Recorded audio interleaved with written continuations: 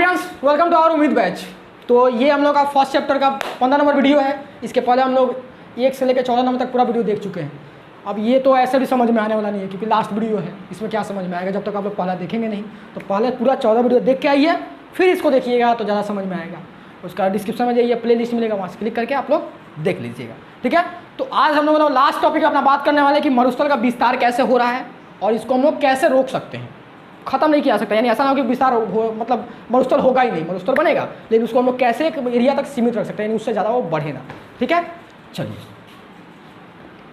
देखिए हम लोग क्या मरुस्थल का विस्तार एक अनुमान के अनुसार विश्व के उस मरुस्थलों का क्षेत्रफल 10% तक बढ़ गया है। यानी कुछ जो हम लोग का पिछला वर्ष गुजरा है उसमें कितना पड़ गया बाबू, जितना पहले मरुस्थल था उसका अब 10% बढ़ चुका है। अब सोचिए धीरे धीरे ये बढ़ते चला गया तो हम लोग कृषि कहाँ करेंगे। अब इतना गर्मी में तो रहा भी नहीं जाएगा, यानी हम लोग रहेंगे कहाँ, जब पानी ही खत्म हो जाएगा तो हम लोग पिएंगे क्या। ये मतलब सोचिए कितना नुकसान हो जाएगा हम लोग का। मतलब अगर मरुस्थल पूरा दुनिया ही अगर मरुस्थल हो जाए तो हम लोग तो बच ही नहीं पाएंगे। तो इसलिए मरुस्थल का विस्तार रोकना भी ज़रूरी है, ठीक है। वनस्पतियों के अभाव में ये जलवायु की अनियमितता द्वारा, यानी ग्लोबल वार्मिंग जो रहा सबसे बड़ा कारण, अनियमितता द्वारा सहारा और थार मरुस्थल में निरंतर विकास हो रहा है। थार मरुस्थल कहाँ है, वो भारत में है, वो बढ़ेगा तो हम लोग का इफेक्ट करेगा, ठीक है। सहारा मरुस्थल तो विश्व का सबसे बड़ा मरुस्थल है, ठीक है। ये चीज़ें हो रही है, इन दोनों में बढ़त देखा गया है, ठीक है। चलिए अब हम लोग विश्व में जो मरुस्थल है उसका जो विस्तार है उसका प्रमुख कारण क्या है।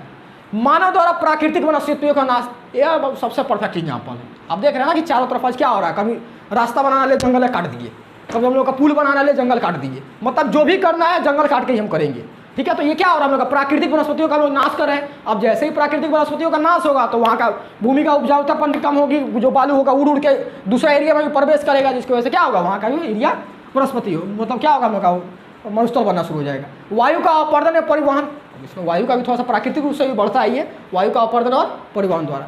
अनियमित पशुचारण, अब क्या हो रहा है कि हम लोग अनियमित पशुचारण किया जा रहा है। लाइक मतलब जहाँ का जो छोटा छोटा घास है वो सब एरिया जो मतलब उचित नहीं है। जैसे समझ कीजिए क्या हो रहा है हम लोग का, यहाँ पे ऑलरेडी मरुस्थल है, अब इसके एरिया में ये सब एरिया जो है, अब इधर हम लोग का घास है जिसकी वजह से ये सब बचने उचने का सेफ्टी होने का चांसेस है। अब इधर हम लोग रोकने के बजाय क्या कर रहा है, उधर ले जाकर पशुचारण कर रहे हैं, जिसकी वजह से पशुओं का खूर में रख के वहाँ का ऊपर का घास उड़ जा रहा है, जिसकी वजह से वहाँ पर भी बालू जमने की संभावना बढ़ती जा रही है, ठीक है। भूमिगत जल का स्तर में गिरावट, अब भूमिगत जल का हम लोग कितना जल बर्बाद कर रहे हैं देख ही रहे हैं, तो जिसकी वजह से हम लोग क्या हो रहा है, उसमें गिरावट की वजह से भी मरुस्थल का विस्तार होगा। अल्प वर्षा, यानी जो बारिश का मात्रा है और कम हो रहा है, इसका भी कारण कौन है बाबू, ग्लोबल वार्मिंग। अब ग्लोबल वार्मिंग कैसा होता है, हम लोग का प्रदूषण ज़्यादा हम लोग बढ़ाते हैं, पेड़ पौधे होता है, कटाई नहीं कर रही सब कारण से। अब दूसरा क्या हम लोग का बाबू, कृषि भूमि में लगातार एक ही फसल को बोए जाने के कारण मिट्टी में लवणता की कमी हो जाती है। अब हम लोग देख रहे हैं कि कोई फसल है, जैसे समझ कीजिए, अब हम लोग को ज़्यादा प्रॉफिट दे रहा है, अब हम लोग क्या किया जा रहा है, ले साल भर उसी को वही बो रहे हैं हम लोग, खाली फसल चेंज नहीं कर रहे हैं, जिसकी वजह से क्या हो रहा है, मिट्टी में जो उपजाऊ क्षमता है वो कम हो जा रही है। जैसे उपजाऊ क्षमता खत्म होगी तो हम लोग को मरुभूमि बन गया, काम खत्म, ठीक है। यानी यूँ कहें वास्तव में मरुस्थल का विस्तार का कारण कौन है, मनुष्य है। मनुष्य यानी हम हैं, आप हैं, सब कोई है। अब इसका हम लोग बचाने का भी निश्चय कौन लेगा, हम लेंगे, आप लेंगे, यानी हम दोनों को, हम लोग को सबको मिलकर एक्शन लेना होगा, तभी जिसको ऐसे ये बच पाएगा, ठीक है। तो अब कैसे हम लोग बचा सकते हैं वो हम लोग समझ लें, ठीक। इसको बचाने के लिए क्या करना पड़ेगा हम लोग को, वो सब पॉइंट हम लोग नोटिस कर लेते हैं थोड़ा सा, ठीक है।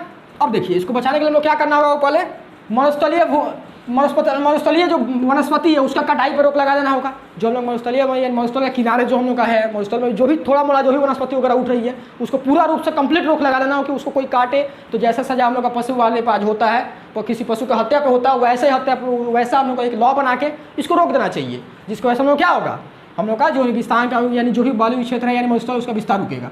अधिक मात्रा में ऐसे वृक्ष लगाना चाहिए जो सीमित नमी में विकसित हो सके। हम लोग को अत्याधिक वृक्ष ऐसा लगाना चाहिए जो हम लोग का कम टेम्परेचर कम जो हम लोग का बारिश हो उसमें हम लोग का विकसित हो सके वो, ठीक है, समझ में आया। तीसरा क्या होगा, हम लोग का चारागाहों का विकास करके अनियंत्रित पशुचारण पर रोक लगा के। अब देखिए पशुचारण की वजह से भी हो रहा था, अब हम लोग क्या करेंगे, फील्ड वगैरह बनाएंगे, पशुओं को खाने के लिए चारागाह बनाएंगे, जहाँ पहले जमाने में हुआ करता था, जबकि आज ये खत्म हो चुका है। हम लोग खाली बिल्डिंग पर बिल्डिंग बनाया जा रहा है, जैसे हम लोग आज खेलने वाला फील्ड खत्म होते जा रहा है, वैसे हम लोग का चारागाह तो अब खत्म हो ही गया है। तो अगर वो सब का हम लोग विकास कर दें, जिसकी वजह से क्या होगा, हम लोग का अनियमित पशुचारण रुक जाएगा, तो हम लोग का क्या होगा, ये सब भी सहायता करेगा। वायु के मार्ग में वृक्षों का विकास करके जिससे सीमांत क्षेत्रों से मरुस्थल से का प्रसार रुक सके। जैसे हम लोग क्या होगा, जैसे सपोज कीजिए कि हम लोग का ये जो हम लोग का है, अब इधर हम लोग किनारा में वृक्ष बहुत सारा लगाने लगे, अब जिसकी वजह से क्या होगा, ये मरुस्थल का विस्तार रुक जाएगा, क्योंकि वो क्या होता है मिट्टी को भी जकड़ के रखा हुआ है, और इधर से जब आलू उड़ के आएगा तो पेड़ को पार करके आगे बढ़ेगा नहीं ज़्यादा, पत्ती उत्ती पर रुक जाएगा, जिसकी वजह से हम लोग का विस्तार रुक जाएगा, ठीक है।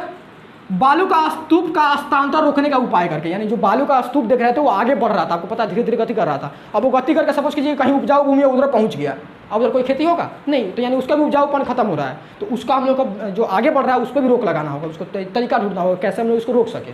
ठीक है, भूमिगत जल तथा वर्षा का जल का संचित उपयोग करके, यानी हम लोग का उचित उपयोग करके, यानी जैसा हम लोग का जितना हम लोग का पानी का ज़रूरत है, जो भी हम लोग का भूमिगत जल है या वर्षा का जल है, जो भी हम लोग का है उसको उतना ही हम लोग उपयोग करें जितना हमारे पास ज़रूरत है, ज़रूरत से ज़्यादा हम लोग उपयोग ना करें। जैसे हम लोग क्या करते हैं, ब्रश करने गए, अब ब्रश कर रहा है उधर से चालू छोड़ दिए हम लोग, पानी गिरे जा रहा है, जितना देर हम ब्रश करेंगे उतना देर पानी गिर रहा है। क्या हो रहा है हम लोग का, ये पानी हो रहा है। जैसे हम लोग का सबसे ज़्यादा म्यूनसिपलिटी वाला पानी बर्बाद होता है, रास्ता पर हम लोग देखते हैं ट्यूबवेल सब खुला ही रह जाता है, जिसको सब पानी गिर रहा है, तो सब क्या हो रहा है हम लोग का, बर्बाद हो रहा है। तो उसका हम लोग उचित उपयोग करेंगे, यानी जितना हम लोग को जरूरत है उतना ही पानी का उपयोग करेंगे, तो ये सब हम लोग का रुकेगा। ठीक है, नम आंसर द्वारा सूक्ष्म कृषि करें हम लोग, यानी ऐसा हम लोग कोशिश करें जिसमें हम लोग ऐसा कृषि का हम लोग पद्धति लेके आए जिसमें हम लोग पानी का कम मात्रा उपयोग करें, क्योंकि इसमें बहुत ज़्यादा पानी लगता है, जिसको हम लोग क्या करें, कृषि ऐसा करने की कोशिश करें जिसमें पानी का मात्रा कम किया जा सके। ठीक है, हालांकि ये सब ऊपर वाला ज़्यादा बात है पर हमें ध्यान देना होगा, कृषि तो खैर हमें जरूरी है तो सब तो ठीक है, उसको कम मात्रा में ध्यान दिया जाए तो चलेगा, लेकिन ऊपर वाला जब हम लोग का वृक्ष का कटाई है ये सब पर ज़्यादा ध्यान दे, जल का बर्बाद कर रहे हैं, ये सब तुम्हारे हाथ में रोकना ना, तो ये सब को हम लोग रोकने का कोशिश करें, तो ऐसे हम लोग मरुस्थल का विस्तार को रोक सकते हैं। ठीक है, ये आपका 3 नंबर क्वेश्चन देते रहता है कि मरुस्थल का विस्तार किस कारणों से हो रहा है, मरुस्थल का विस्तार कैसे रोका जा सकता है, दोनों में से कोई प्रश्न ले सकता है। तो आप दोनों देख लीजिए, जैसे भी चाहिए आप लिख दीजिएगा इसको। ठीक है, अभी देखिए यहाँ पे पॉइंट बाई पॉइंट लिखा हुआ, आप इसको चाहिए तो वाक्य बना के जैसा लिखना चाहे लिख सकते हैं। ठीक है, पॉइंट में लिखिएगा तो नंबर मिल जाएगा। तो हम लोग का यहाँ पे 1 चैप्टर पूरा कंप्लीट रूप से खत्म हो चुका है। ठीक है, अब इसके अलावा हम लोग का कुछ नहीं। ठीक, तो आप जो भी बुक फॉलो करते हैं ज्योग्राफी का, उसका सब क्वेश्चन वगैरह सब सॉल्व कर लीजिएगा। बेसिकली नोट्स अगर पूरा फॉलो किए हम लोग का तो क्वेश्चन में से कोई मिस नहीं होगा। ठीक है, और उसको सॉल्व जरूर कर लीजिएगा, कोई भी बुक करते हैं उसका सॉल्व वगैरह कर लीजिएगा। ठीक है, तो फिर हम नेक्स्ट चैप्टर अपना कोई भी स्टार्ट करेंगे। चलिए फिर हम लोग नेक्स्ट चैप्टर में नया फर्स्ट नंबर वीडियो के साथ मिलते हैं आपसे। चलिए बाय फिर।